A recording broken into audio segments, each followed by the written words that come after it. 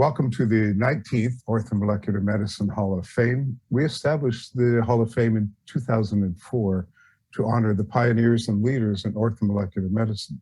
Every year, members of the Hall of Fame nominate others whom they consider worthy of inclusion. The submissions are reviewed and voted on by all Hall of Fame members. Those with the most votes are chosen to be inducted at the following year's ceremony, which takes place at the annual Orthomolecular Medicine Today conference. Today, there are 81 people in the Hall of Fame, physicians, researchers, professors, and advocates, each having made a significant contribution to the foundation and growth of orthomolecular medicine around the world. These remarkable people make up the rich history and broad range of interest and experience in orthomolecular medicine. You all know Linus Pauling, the founder of all of this, is coining of the word orthomolecular in his famous Science article in 1968. Linus was the first inductee in the Hall of Fame.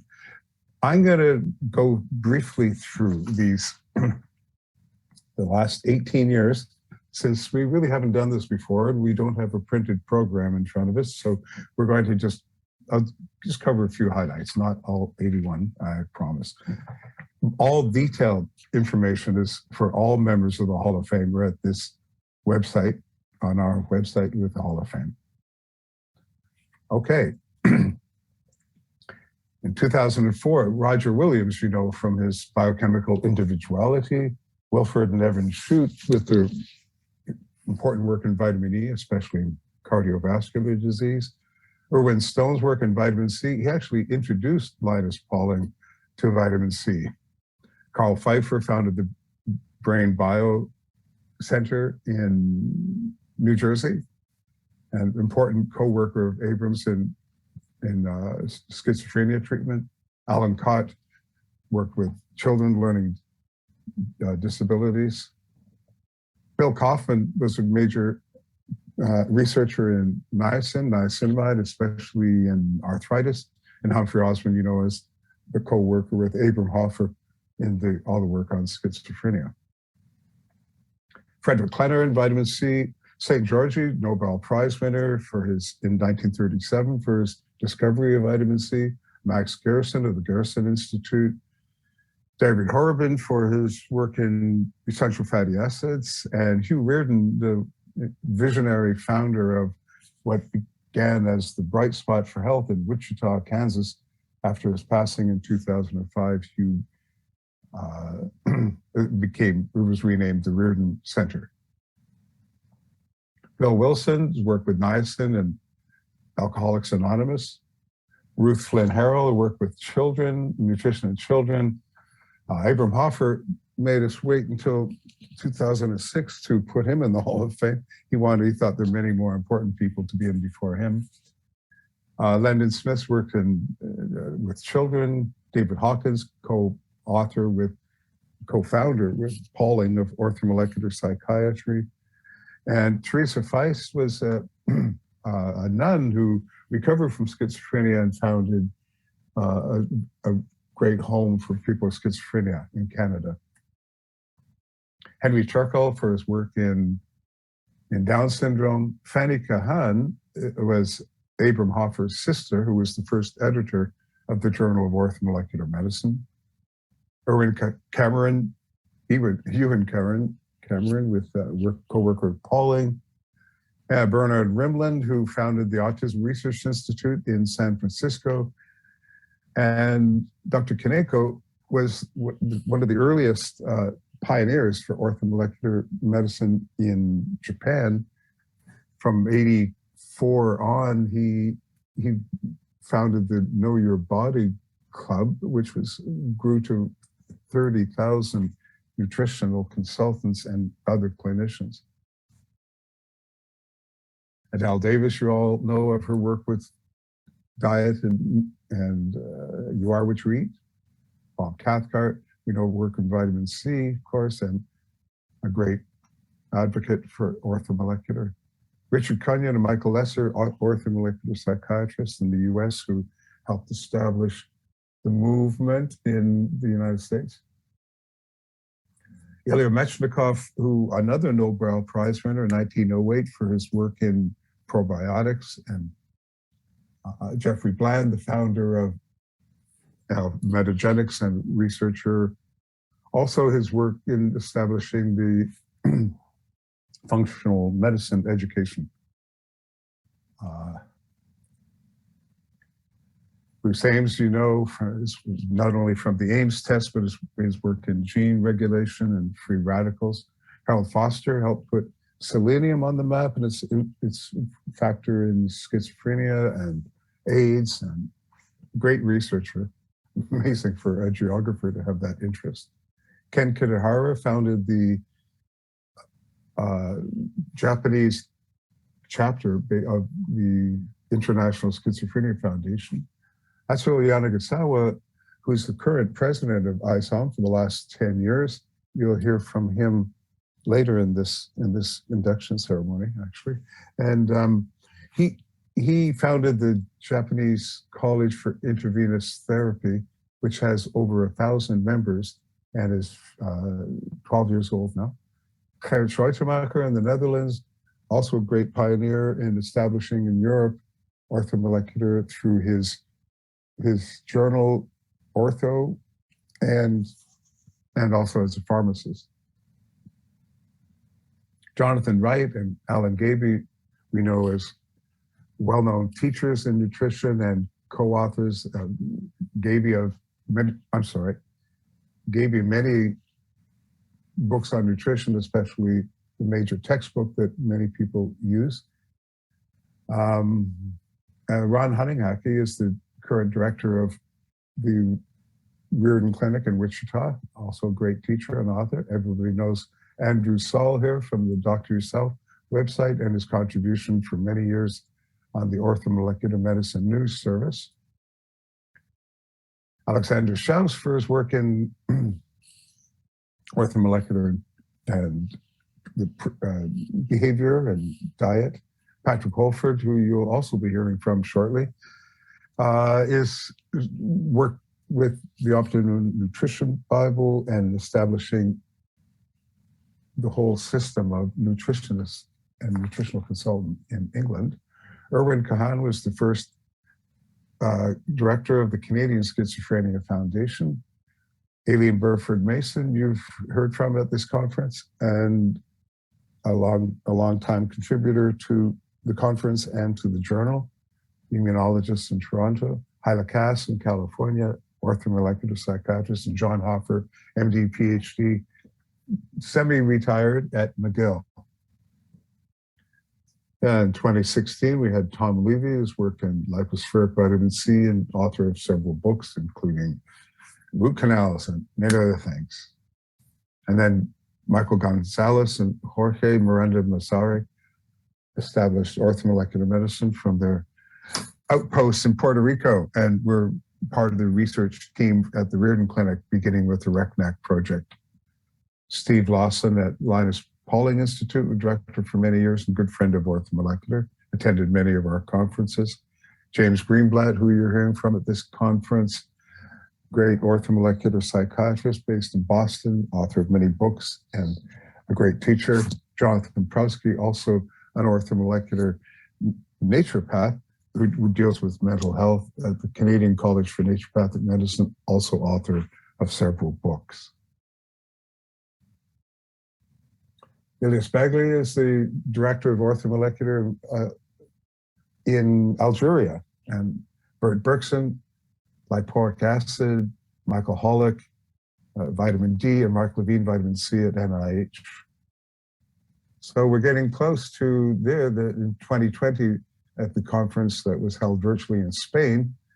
Nina Mikarova, who is the director of research at the Reardon Clinic for almost 25 years, and Bo Johnson in Sweden, the leader of the whole Scandinavian group of orthomolecular psychiatrists, Derek Lonsdale for his work in thiamine, Passwater nutrition, and Neil Reardon, son of Hugh, who also important in stem cell research, and many advanced products in orthomolecular medicine. So here we are at the current induction ceremony for the Orthomolecular Medicine Hall of Fame.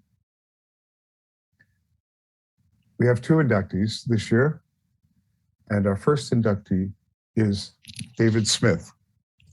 And we're very pleased to have a tribute to Dr. Smith from Patrick Holford.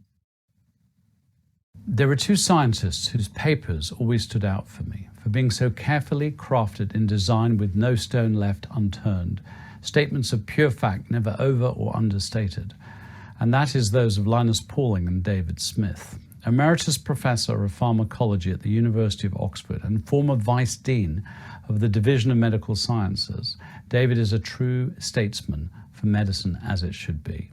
His unarguable research showing up to 73% less brain shrinkage and effectively no further memory loss in those with pre-dementia with raised homocysteine given B vitamins and sufficient omega-3 status is a perfect illustration of orthomolecular medicine, the need to test for functional deficiency and correct with nutrients, the right molecules.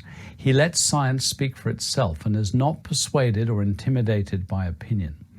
He is kind, considerate, and thoughtful in pointing out shortcomings in others' research, and I always learn from his feedback and direction, most recently in the accurate dissection of the science regarding vitamin C and COVID. He is in this respect a perfect teacher. He, like so many true pharmacologists, come to realize that shortfalls in nutrients, the orthomolecules that Pauling and Holford spoke of, lie behind the most prevalent man-made diseases, and thus nutrition has to become the foundation of medicine, not a footnote.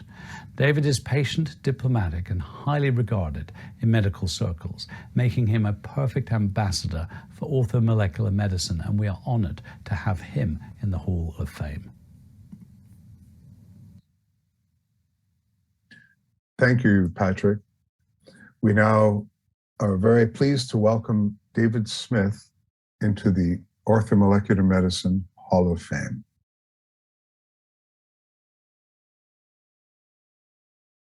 Here's David's reply. Hello, my name is David Smith, and I'd like to express my deep gratitude for the honor you have given me in electing me to this Hall of Fame. I'd just like to spend a few moments telling you how I became to believe in the orthomolecular approach. As a young pharmacologist, I was often asked about vitamin supplements. People would say to me, is there any point in them? And I'm afraid that I gave a conventional reply. I told people that a good, well-balanced diet is all you need. I had in fact done some homework, and I'd read the American Medical Association's report on vitamin supplements in 1987, which stated, all health practitioners should emphasize repeatedly that properly selected diets are the primary basis for good nutrition. Healthy adult men and healthy adult non-pregnant, non-lactating women consuming a usual variety of diet should not need vitamin supplements. That was the prevailing view at the time, and indeed is often a view repeated today. But I have learned from my own research that this is not scientifically sound. My research on vitamin B12 in relation to brain health and dementia showed that low normal levels of B12, as achieved by a normal diet, were in fact a risk factor for dementia and Alzheimer's disease. In Oxford, we also found that the rate of shrinkage of the brain in elderly people was related to their B12 status. Over almost the entire normal range of blood B12, we found that the lower the level, the faster the brain shrinks. Since brain atrophy occurs in dementia, we did a trial of high-dose B12, B6, and folate supplements in people with mild cognitive impairment. This trial showed that these supplements markedly slowed the rate of brain atrophy and also slowed cognitive decline. This is evidence of a disease-modifying action of the B vitamins in the processes leading to Alzheimer's disease. So we realize that, certainly in the elderly, it is not good enough to have a good, well-balanced diet to protect your brain. Diet alone cannot always provide sufficient B vitamins. The problem is that even today in medicine, what are considered to be adequate blood levels of vitamins are defined on the basis of the level below which the signs of classical deficiency occur. But this definition ignores many other beneficial effects of the vitamin which are not measured as part of the traditional tests for deficiency. Take B12 as an example. The traditional cutoff to define deficiency is 150 picomoles per liter, but there is plenty of evidence that several harmful outcomes, in particular in the nervous system, can occur at levels up to around 400 picomole per liter. But to achieve these levels, it's usually necessary to give supplements, especially in the elderly who absorb B12 poorly. So instead of using arbitrary cutoff values for blood levels, the key evidence that a vitamin supplement is needed is if the symptoms will go away if the person starts taking the supplement.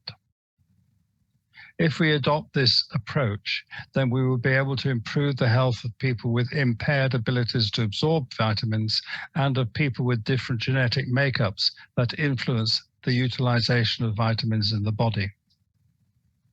Thank you very much.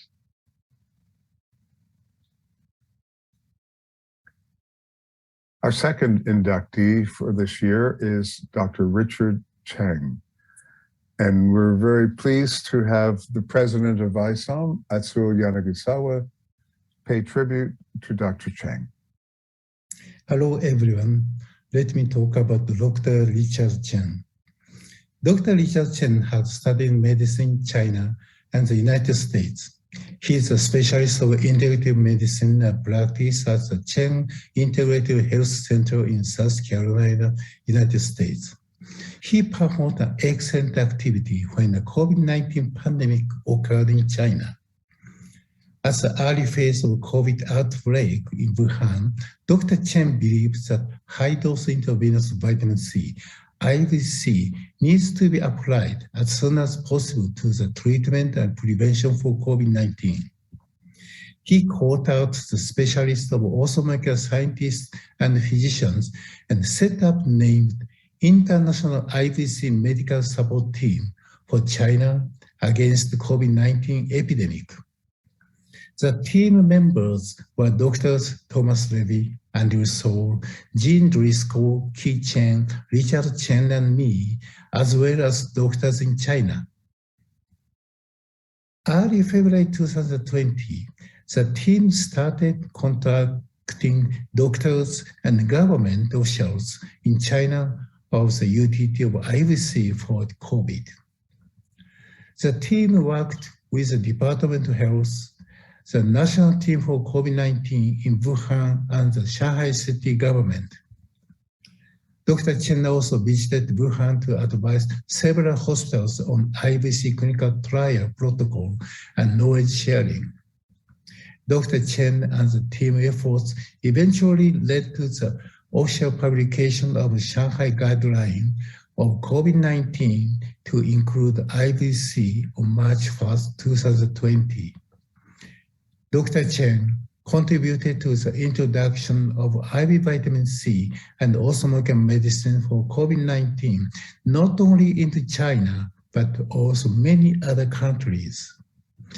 Dr. Chen's achievements deserve to be inducted into the Orthomolecular Medicine Hall of Fame in 2022. Congratulations, Richard. Thank you, Atsu. And we're now very pleased to welcome Dr. Richard Cheng into the Orthomolecular Medicine Hall of Fame. And we have Richard to respond. I feel greatly honored and at the same time very humbled to be nominated and inducted into the Orthomolecular Medicine Hall of Fame. The inductees of the Hall of the Fame are all great scientists and clinicians who have made significant contribution to humanity. They include giants like Nobel laureates Dr. Linus Pauling, Dr. Albert St. George in the past, and the world-renowned scientists, doctors, and executives of today. My over 40-year career in medicine covers from basic research in laboratory and cutting-edge biotech industry to internal medicine and emergency medicine, to pathology and laboratory medicine, even including several dozens of autopsies. I was very focused on new technologies and new drugs. However, I grew more and more disappointed that none of the conventional medicine or high-tech approaches could prevent or reverse any chronic diseases. It is only within the last 20 years when I came into contact with nutrition and lifestyle medicine. I finally realized that it is mostly nutrition and lifestyle, not high technology, that will help us to achieve good health, to prevent diseases, and to live a long, happy, and healthy life. It is the vast amount of research on the effects of vitamin C, mostly from doctors and scientists in orthomolecular medicine, that really made me to realize that the fundamental flaws of the current medicine. I was really surprised by the availability of abundant data on vitamins, nutrients, lifestyle, and yet there's very little mentioning in the medical system and the media. What healthcare professionals and the consumers hear mostly is the expensive drugs and the procedures and technologies. So in the past 20 years or so, I began to embrace the integrative management of health and diseases to include lifestyle, nutrition, anti-nutrients, namely detox, hormonal balance, and cell therapy. I've been able to reverse many diseases considered incurable by the current medicine, from cardiovascular diseases, diabetes, and other metabolic diseases to various autoimmune diseases and even cancer. I feel I have learned more about medicine and health from the colleagues in orthomolecular medicine than from any other sources.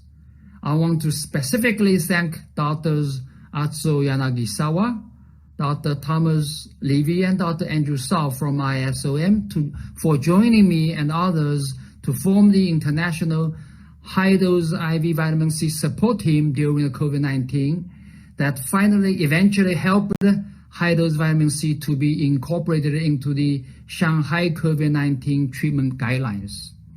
I feel greatly indebted to Dr. Thomas E. Levy through studying in great detail many of his books, and some of which I have translated and published in China, and through my numerous emails and phone calls with him, that I feel I learned more than what I have learned in medical school. Discovering that many, if not all, chronic diseases can be prevented and reversed with orthomolecular medicine, I feel my student life is back with enthusiasm and energy. As a student of orthomolecular medicine, I hope to learn more from colleagues and giants in orthomolecular medicine and to continue the public education of orthomolecular medicine. Thank you again, members of ISOM, for this great honor.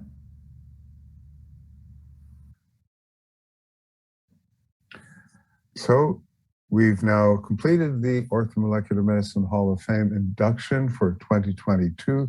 Thank you for joining us, and don't forget to look at the website under Hall of Fame for all the details about all the inductees. Thank you a lot. Bye-bye.